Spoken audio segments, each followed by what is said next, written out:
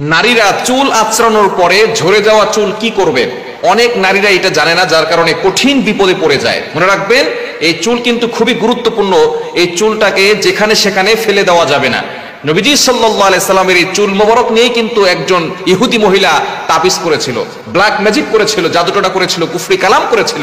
নবীজি সাল্লাল্লাহু আলাইহি সাল্লাম এত সুন্দর করে কথা বলেন, কিন্তু হঠাৎ করে নবী সাল্লাল্লাহু আলাইহি সাল্লাম অসুস্থ হয়ে পড়েছেন। এক ইহুদি মহিলা তার চুল মোবারক নিয়ে 11টা গিরা দিয়ে তারপর এক কূপের মধ্যে ফেলে দিয়েছিল। নবীজি সাল্লাল্লাহু আলাইহি সাল্লামের কাছে জিবরাইল সাল্লাম এসে বলেন, ইয়া রাসূলুল্লাহ, ইয়া হাবিবাল্লাহ, অমুক মহিলা আপনাকে জাদু করেছে। নবীজি সাল্লাল্লাহু আলাইহি ওয়াসাল্লামের উপরে দুইটা সূরা নাজিল হলো, সূরা ফালাক এবং সূরা নাস।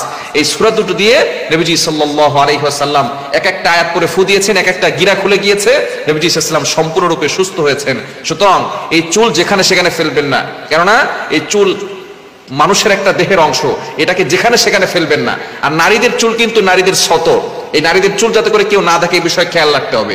যদি কোনো নারী তার চুলকে দেখিয়ে বেড়ায়, একটা চুল যদি কোনো পরপুরুষ দেখে, ওই একটা চুল একটা বিশাল বড় সাপ হয়ে তাকে আক্রমণ করবে। অন্য রায়াত আছে একটা চুল 70টা সাপ হবে। আর জাহান্নামের সাপ হচ্ছে খুব ভয়ঙ্কর সাপ। এই জাহান্নামী সাপের মাথা হবে উটের মাথার মতো, আর মোটা হবে কলা গাছের মতো। বিশাল বড় বড় এই সাপ আপনাকে আক্রমণ করবে, সুপারি গাছের মতো বিশাল লম্বা হবে। এই সাপগুলো যদি আক্রমণ করে, একটা আক্রমণ করলে, একটা আঘাত করলে 40 বছর ধরে তার ব্যথা মানুষ অনুভব করবে। সুতরাং কতটা ভয়ঙ্কর হতে পারে একটু চিন্তা করে দেখেন। নবী সাল্লাল্লাহু আলাইহি ওয়াসাল্লাম তিরমিজি শরীফের হাদিসে জানিয়ে দিয়েছেন।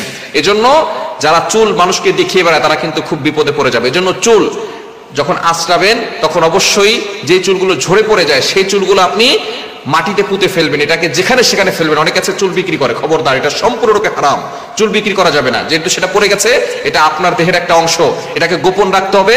অনেকগুলো জমিয়ে তারপরে আপনি যখন মাটি পাবেন সেই মাটিতে আস্তে করে পুঁতে ফেলবেন। এটাকে আপনি যেখানে সেখানে মানুষের কাছে দেখাবেন না এবং যেখানে সেখানে ফেলে দিবেন না। তাহলে হতে পারে আপনার আত্মীয় স্বজন এই চুল নিয়ে আপনাকে জাদু করতে পারে, আপনাকে বান মারতে পারে, ব্ল্যাক ম্যাজিক করতে পারে, আপনাকে ক্ষতি করতে পারে, আপনি বিপদে পড়ে যেতে পারেন। এই চুল যেখানে সেখানে ফেলবেন না, কেননা দূরের লোকরা কিন্তু ক্ষতি করতে পারে না। দূরের লোকরা আপনাকে কষ্ট দেওয়ার সাহসও পাবে না, কষ্ট দেয় কিন্তু কাছের লোকরা। কাছের লোকরা যারা আপনার আশেপাশে আছে, আপনার কাছে বারবার আসে, আপনার সামনে সুন্দর করে কথা বলে, আপনার সামনে হাসে, আপনার প্রশংসা করে, এরাই পিছনে গিয়ে আপনার গীবত করে। সুতরাং দূরের লোকরা আপনাকে কষ্ট দেওয়ার সাহসও পাবে না, আঘাত করার সাহসও পাবে না। আঘাত করে কিন্তু কাছের লোকেরা। এজন্য অবশ্যই যারা ওত পেতে বসে আছে তাদেরকে আপনার চুল দিয়ে তাদেরকে উপকার করতে যাবেন না। এজন্য অবশ্যই চুলগুলোকে ভালো করে, যে চুলগুলো ঝরে পড়ে যায় এগুলো অন্যত্র ফেলে দিবেন না, যেখানে সেখানে ফেলে রাখবেন না, পরপুরুষের সামনেও ফেলবেন না। এটাকে ভালো করে দলামোচ করে অথবা কোনো জায়গায় জমা করে রেখে এরপরে যখন সুযোগ হবে তখন আপনি মাটি নিচে পুঁতে রাখবেন ইনশাআল্লাহ। তাহলে সকল ধরনের ব্ল্যাক ম্যাজিক, জাদুটোনা, কুফরি কালাম থেকে আপনি বাঁচতে